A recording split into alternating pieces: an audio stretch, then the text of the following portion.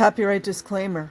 Under Title 17 U.S.C. Section 107, allowance is made for fair use for purposes such as criticism, comment, news reporting, teaching, scholarship, and research. Fair use is permitted by copyright statute that might otherwise be infringing nonprofit, educational, or personal use tips a balance in favor of fair use. Okay, you guys. This comes from Human Parts. Echoes of Scientology, a journey through childhood, faith, and family. By Justin Locke. Dated August 9th, 2024. A cute little baby, isn't he? The early years, some of my earliest memories, revolve around Scientology. I remember the musty smell of old papers and the handwritten scribbles on manila folders. I spent hours playing in the narrow spaces between tall filing cabinets in the church's storeroom. Religions are interesting things for a young developing mind. As a child born into Scientology, I understood, or more accurately, misunderstood, one of the cult's core teachings, known as havingness, in a childlike and literal manner. In Scientology, havingness is a complex concept related to one's ability to own, possess, and be responsible for things in their environment. But to my young mind, the idea I believed was that a person could have anything they wanted, provided they had the ability to believe they could have it, whatever it was. This poses significant problems for a child raised in poverty. Why couldn't I afford that new toy, go on the school field trip, eat something other than oatmeal, or have a house to live in? What was wrong with me? I really wanted these things. I could imagine having them, and yet I didn't. It's my fault. I am suffering. It's my fault I got my school uniform for Christmas, and not that bike I dreamed of riding. Maybe when I turn 5, I'll be big enough to have the things I need. Shame creeps in like a cold draft, subtle at first, until it chills you to the bone in the middle of the night. Being poor isn't shameful, but being poor because of your inability to believe you can have money is, especially when you try with all your might to believe that you can. The custody battle and family dynamics. As I grew older, the complexities of my family life began to overshadow even the strange teachings of Scientology. My mother, a woman of single-minded determination, became the central figure in my world. She was a true believer in Scientology, finding comfort from her own childhood abuse in the doctrines and teachings. Your father is a terrible man, she would tell us, her voice a mix of fear and disgust. He's a sex addict, a philanderer, interested in sex with everyone, women, men, children, even your stepsister. I will keep you safe, safely away from him, safe with only me. These words, repeated often, became a mantra of sorts, shaping my understanding of the world and my place in it. How much of what she said was true is impossible to know. One weekend during the custody battle my parents were waging, my sister and I ran away. This man, my dad, was fighting to keep me. What a monster, or so my mom told me. We fled to a friend's house and called Mom. She told us what to do, what to say. Well, that's very Scientology, isn't it? And how to tell the story to the court so that we'd be able to live with her again. This kind of makes me sad because I don't know at this point if the dad really was those things, you know? Later that night, my father arrived at the friend's house where we were hiding. He was mad, We had run away and disobeyed him, or perhaps my mother's carefully timed phone call asking him where we were didn't go the same way she told us it did. I wonder sometimes who was the man I called Dad. Was he the monster my mother painted him to be? Or was he, like all of us, a complex human being struggling with his own demons? Within a few years of moving in with Mom, I lost contact with my dad. It just sort of fizzled out. Or I wonder if she just wouldn't let him see him. Wow. If we refused his calls, acted just the right amount of horrified when Mom told us about how he had invited one of her friends to a BDSM sex party. That's a great thing to tell your children, isn't it? She could hold us closer and we'd feel safe. Safe from him, the man who was so bad, so dangerous. So, what did Mom call him? A mind that was sick. I mean, it could be true.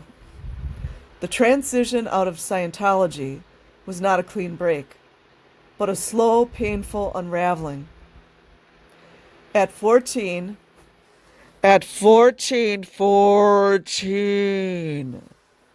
several years after being kicked out of Scientology for some transgression against rules that were made up along the way simply to manipulate and control, a local Christian church began bringing us groceries. Wow. This act of kindness stood in stark contrast to the transactional nature of relationships within Scientology, where everything came with a price tag, spiritual or financial. I remember looking through the bags of food and finding a few packets of biscuits. I sobbed. How dare these people I didn't know bring us something nice? Oh, is that sad? Where was the gruel? Where was the oatmeal? This moment marked a turning point, not just in our financial situation, but in my understanding of the world. It was the first time I realized that there might be goodness outside the confines of the belief system I had been raised in. It was also the beginning of a long, difficult journey of untangling the web of beliefs and fears that Scientology and dysfunctional parents had woven through my young mind. Confronting the past. As I grew older and moved away from both Scientology and my mother's influence, my relationship with my father remained a complex, unresolved issue. He had a stroke when I was in college. Mom lived in another city 6 hours away. She'd left when I was 16. Wow, isn't that great, you guys? She'd left me. So that's called abandonment. So I went to see Dad to say goodbye alone.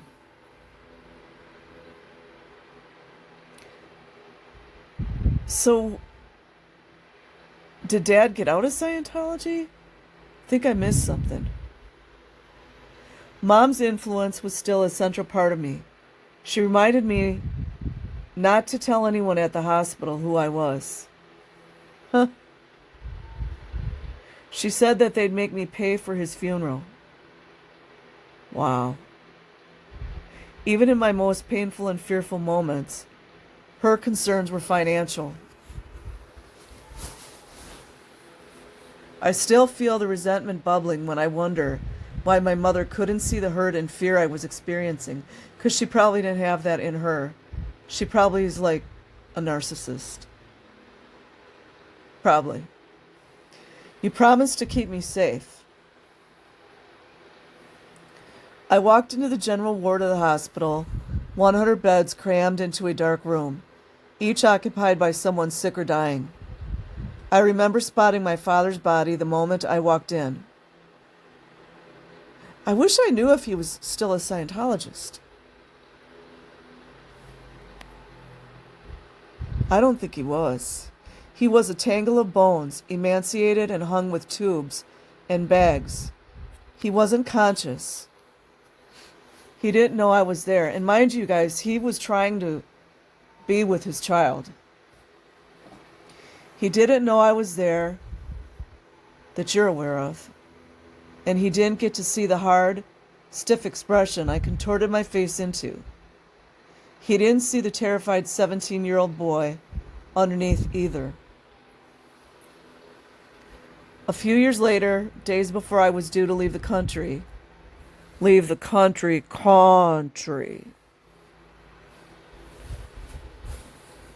and likely not return, I met my dad. I wasn't prepared to look into his slumped face, to see that stroke and the smaller ones that followed wrecked his body. But I was harder by then, tougher, more numb. It's also disassociation. I told him I was leaving, that I had already said goodbye to him in that hospital bed, and I left. That's very sad. The final chapter. He died 6 years later. Wow.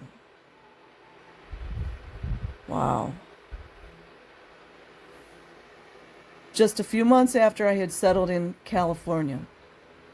So I wonder where she was, or he was, I mean. I was riding the train back to my overpriced apartment, paid for by my tech salary, mindlessly scrolling Facebook. I clicked on my spam messages. I'd never done that before. Oh, I hope I'm not going to cry, you guys. The message at the top of the list was from the day before.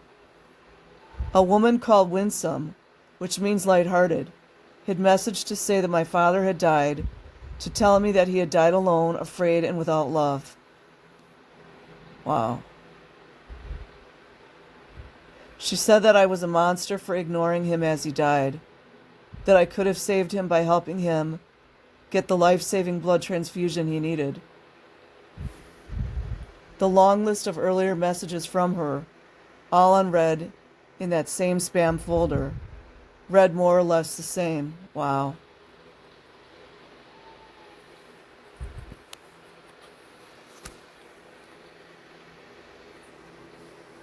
Good riddance, my mom said. Isn't she a great gal? Very sound and very narcissistic to me. When I told her that my father had died, I didn't know what to feel then, and I don't know now. You know what's sad about this is that the father was trying to be with him. That's what's really sad to me.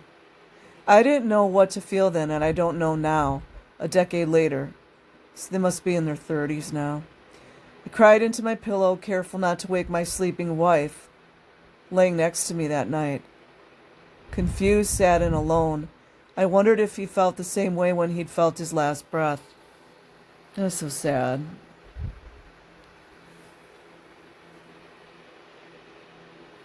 We can put this on the mother.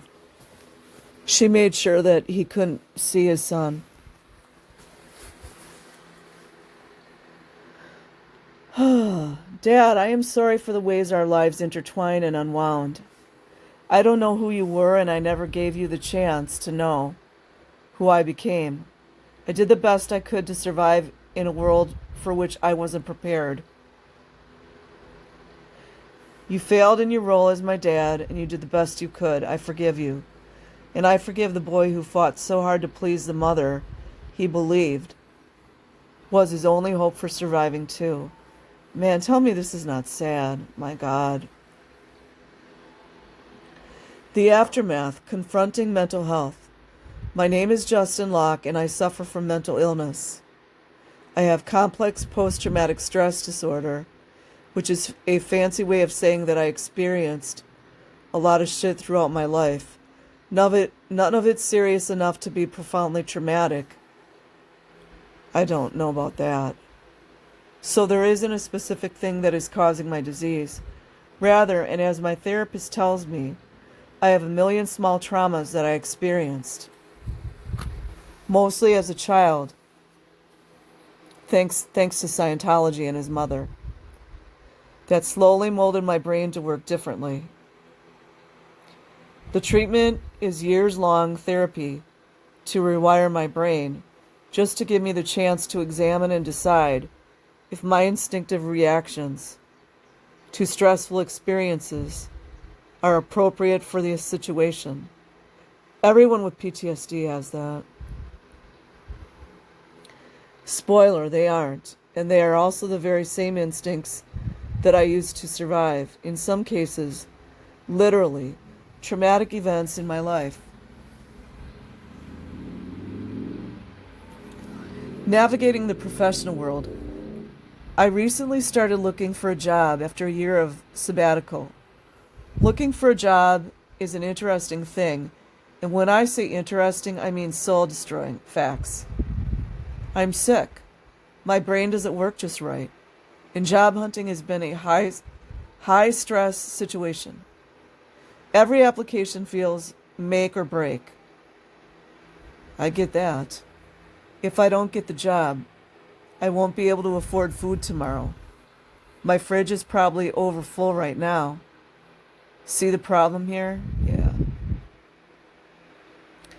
Besides the crazy, am I even qualified to do anything after spending a year away from the working world? I built a COVID test. Well, I didn't build it. I was leader of the teams that did. We were good. We built it in 6 weeks. The test, the lab, and full automation. Oh, and an EUA before anyone else in the world. But I was just a cheerleader. Who needs a cheerleader?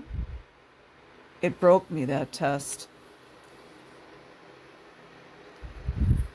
The struggle for understanding. I wrote about my first suicidal ideation experience. It happened while I was working on the COVID test. I wrote a blog and published it to my network. It spread like wildfire around my old employer. People I hardly knew at the company reached out and praised the strength and courage it took to talk openly about my experience. But my former boss didn't reach out. You guys know, I'm not even going to go with the whole narcissism stuff. I don't have the energy. Neither did the executives. I worked for them. They said that they'd prioritize our mental health, that they cared about us as employees. Did I do something wrong? Am I too sick to be worthy of their help?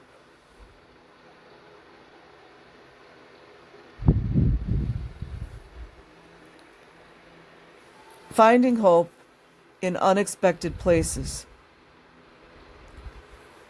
I found a crutch, though it's called AI. My depression often manifests as an inability to do things. Making breakfast is a victory, and actually finishing a piece of writing, doing some consulting work, or getting a business idea onto paper feel like miracles. AI feels like I've surrounded myself in a company of experts that work at my pace, when I can. And also when I can't. Don't get me wrong, the company is disorganized and unfocused, but we will get there.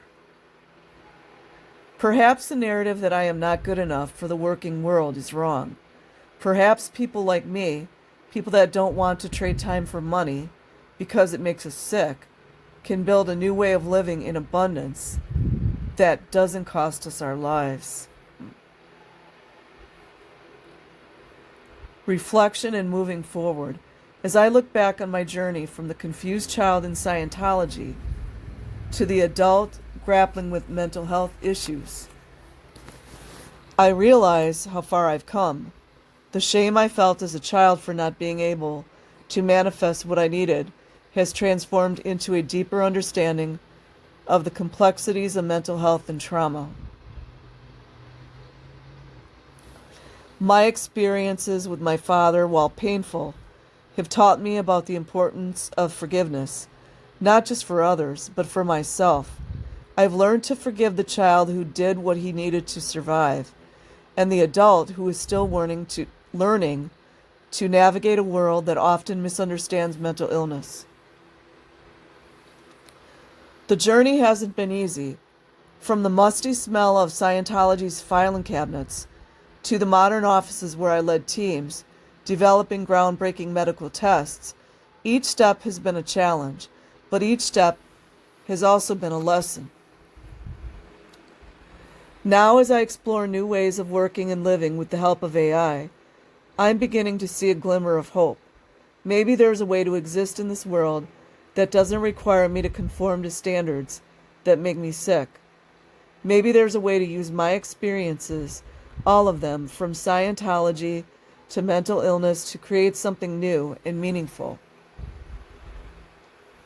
I don't have all the answers. I'm still struggling, still learning, still healing, but I'm also still here, still trying. And maybe, just maybe, that's enough for now. Okay, you guys, I'm going to put the link in the description box. Like and subscribe if you choose. Otherwise, have an amazing day or night wherever you are. Peace.